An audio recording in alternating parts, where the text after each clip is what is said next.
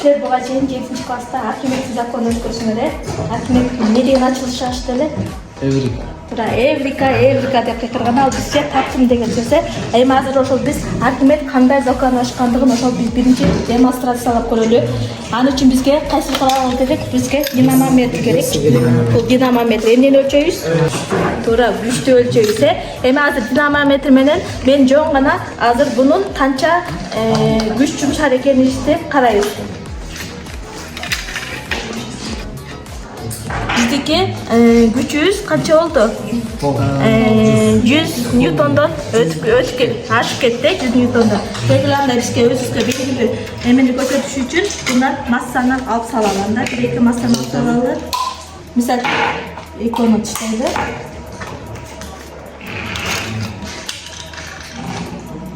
Эми карайбыз.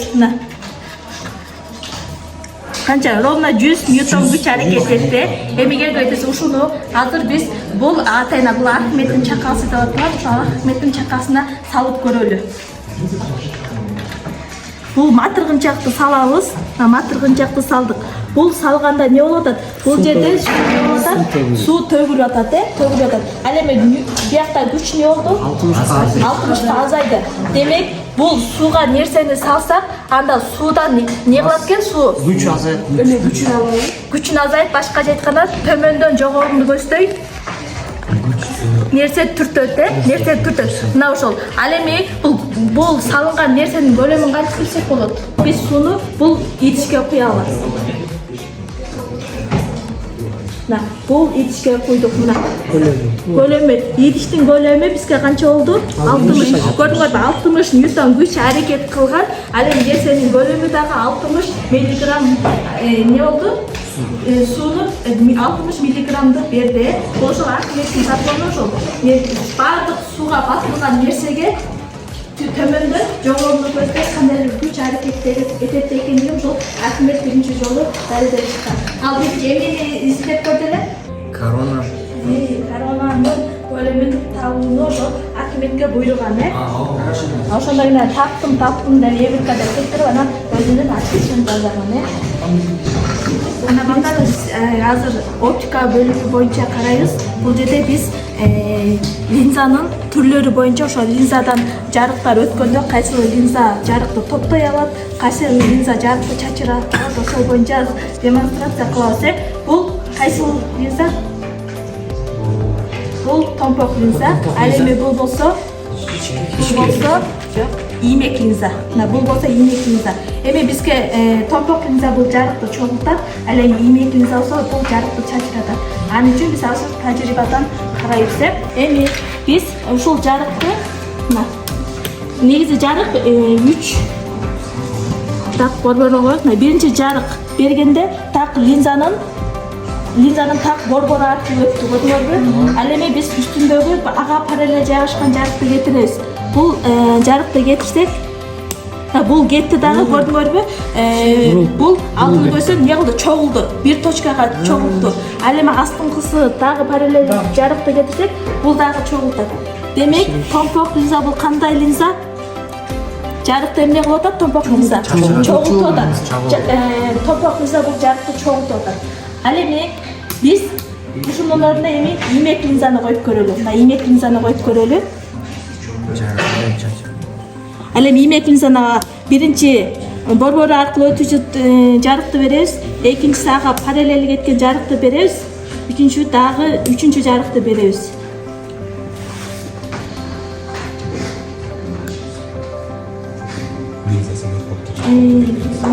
Андан эмне болуп атат? Чачырат. Бул линза болсо чачыратуучу линза болуп эсептелип атат. Мындай линзаны бизге кайсы линза кандай ойлойсуң? Биздин көзүбүздүн карегүчтүн формасы кайсы линза? Чачыратуучу, чогултуучу. Биздин көзүбүздүн карегүч бул томпок линза, жарыкты чогултат. Мисалы үчүн жана силер узун жолду карайсыңарбы?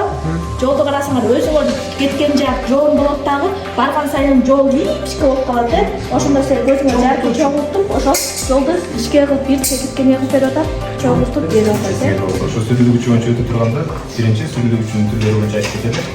Тоголонуп сүрүлүү, тайгаланып сүрүлүү, анан тынчтыгы сүрүлүү деп айтканбыз. Анан бул жакта азыр биз көрүп тургандай эле тынчтуулдагы сүрүлүү, тогдон сүрүлүү боюнча баарыбыздак дөңгөлөктөн көрүп атабыз. Ушуну биринчи өзүнүн эле сүрүлүп көрөлү, тогдон бийиктен түшүрүп көрөлү. Бул жактан түшүргөн учурда нерсе тоскоолдуксуз алыс аралыкка жылды. Эми ушул эле нерсени масса кошуп туруп коюп кетип көрөлү. Ар кандай нерседеги массаны кошуп туруп, ушул жерден сүрүп көрөлү. Бул жактан кетип атканын көрүп атабыз.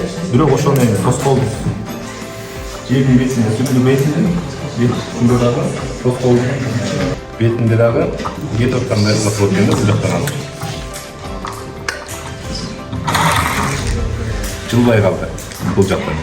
Анткени мындан да көз каранды болот экен, жердин бетинен да көз каранды болот экен. Кандай бети кетип атат. Масса табуу боюнча дагы азыр демонстрация кылып таап көрөлүк биз. Буга чейин да өткөнбүз. Тараза менен. Бирок бул жакта атайын тараза таштары бар, ар кандай өлчөмдөгү. Эң кичинекей өлчөмдөгү тараза таштары менен азыр биз белгисиз нерсенин массасын таап алабыз. Бул жакта силер көрүп тургандай жөнөкөй картошканыкын, же болбосо таштыкын таап көрсөк болот экен. Биринчи ар кандай массадагы нерселерибизди биринчи салып алсак, даярдап алалы. Даярдап алган соң бул жакта биринчи таштын өзүн коебуз. Койгондон кийин четине кое беребиз эми. Бул жакта биринчи 100 грамм коюп көрөйүн, чоңураак. Бул оор болуп калды. Эми кичирээк коюп көрөлү. 50 грамм. Жетпей калды. Дагы 20 грамм кошобуз. Оор болуп калды. Бул жагында эске алабыз. Эми 10 грамм кошуп көрөлү. Демек жетпейт. Бул жакта 50 грамм, 20 грамм, анан 10 грамм деп турган. Жалпы 80 грамм. 80 граммда оор болуп калат. Биз азыр кичинекей эле кошуп көрөлү. 5 грамм кошуп. 5 грамм жетпей калды. 50 граммдан кошо беребиз. Дагы жетпей элек, оор болуп кетет. Бул жакта канча грамм бар экен болот? 200 миллиграмм. 200, анан 500 миллиграмм кошуп көргөн.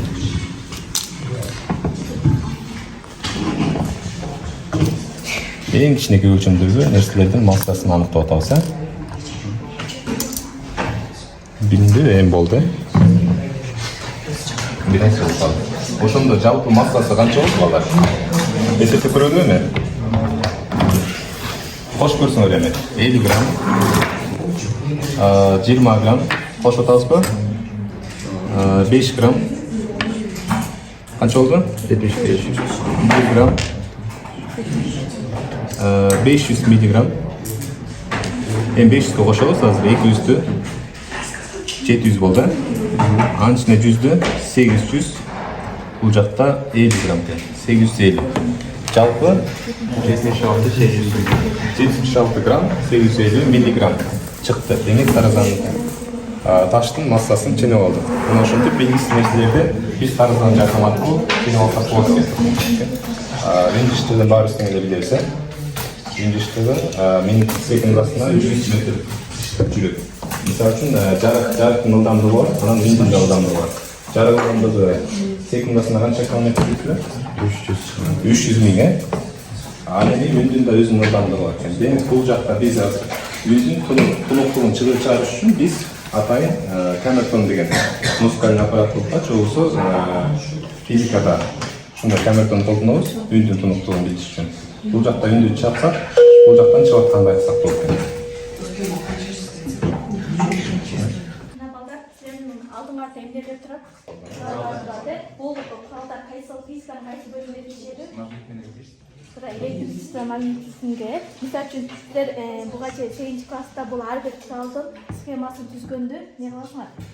Схемаларын үйрөнгөнсүңөр, белгилеши. Мисалы үчүн бул кайсыл курал? Электр коңгуросу, бул ток булагы, бул ачкыч. Буга чейин биз билебиз, эми ушу менен катар силердин алдыңарда карасаңар бир нече куралдар турат. Азыр мен силерге ошол карточкаларды таратып берем. Силер ошол боюнча эмне кыласыңар? Алдын куралдарды чогултабыз. Силер болсо бул генератордун иштеши боюнча ошол лампочка менен ачкычты туташтырып демонстрация кылып көргүлөр. Силерге болсо могул жерде бизде деген күн батареясы бар болчу. Күн батареясы. Ана күн батареясы азыр өзүңөр чогултуп кана иштейсиң.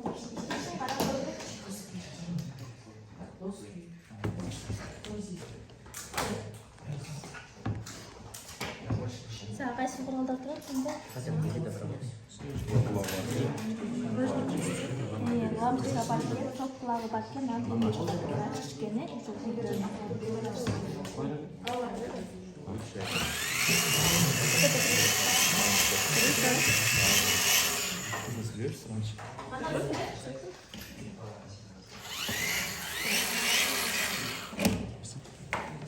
Алда жерде ачкыч тарыят, кайра таштап көрсөңүз. İşletmegen. Kayrat taştık dur.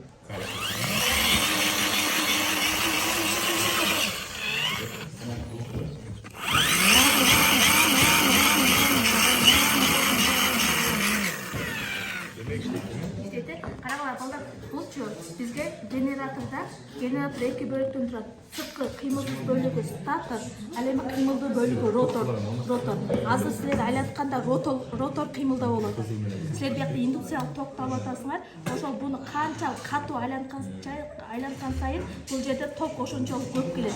Эгерде акын эле жай эле мити эле айланып койсоң азыраак качан чоң айлансаңар ток күчтүүрөөк болот да. Ошол могу канчалык көп кыймыл жасаса, анда бул ошончолук ток күчтүүрөк. Мына буну ошону чоң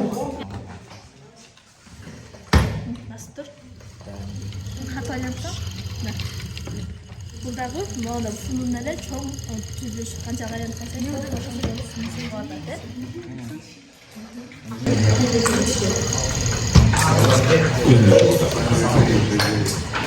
Бул күн батареясы, бул Элвин гальванометр. Ал деген токтун эң аз, эң алсыздай токту ченейт. Фонарик аркылуу ток күн батареясына жарык берсек, гальванометрден канчалык көп ток кеткенин көрсөтүп жатат. Алысыраак, азыраак, жакыныраак болсо көбүрөөк. Бага кайсы куралдар берилген? Амперметр көрсөтөт. Амперметр, лампочка, ачкыч жана ток кулагы. Сен булардын баардыгын кандай чогулттуң? Удалашпы же жарышпы? Туура удалаш чогулттуң. Бул жерде амперметр канча ток кетип атканын көрсөтөт да, канча ток күчү болот да, биякта канча ампер? 0,10 0,3 токту көрсөтүп жатат. Ана балдар бизге магниттин канча уюлу бар? Эки уюлу бар, түндүк уюлу жана түштүк уюлу. Эми ушул магниттин айланасында бизде кайсыл тала пайда болот? Магнит талаасы пайда болот. Бирок магнит талаасын азыр карап турганда көз менен көрө алабызбы? Жок. Аны көз менен көрө албайсыз. Буну көрүш үчүн бизге эмне жардам керек? Бул эмне? Темирдин майдасы. Башка темирдин тарындылары. Ошого азыр биз магнитти коюп көрөбүз. Коюп көрсөк, бул жерде магниттин эки уюлунда эмне пайда болот? Магнит талаа пайда болот. Эми магниттик көрүп жаткан бул сызыктар, бул магниттик күч сызыктары болуп эсептелет. Магниттик күч сызыктар кайсы уюлдан чыгат? Түндүк уюлдан чыгып, түштүк уюлга барат дагы, эки магниттин так ортосунда булар эмне болот? Туюк талааны түзөт, ортосунда туюк талааны көрсөтөт. Ошо менен катар бул ичке ошол темирдин бөлүкчөлөрү менен да көрсөтсөк болот. Бул жерде дагы магнит талаасынын пайда болгондугун көрөбүз. Бул жерде магнит талаасынын күч сызыктары түндүк уюлдан чыгып, кайра түштүк уюлга барат. Жердин дагы эки уюл бар, түндүк уюл жана түштүк уюл.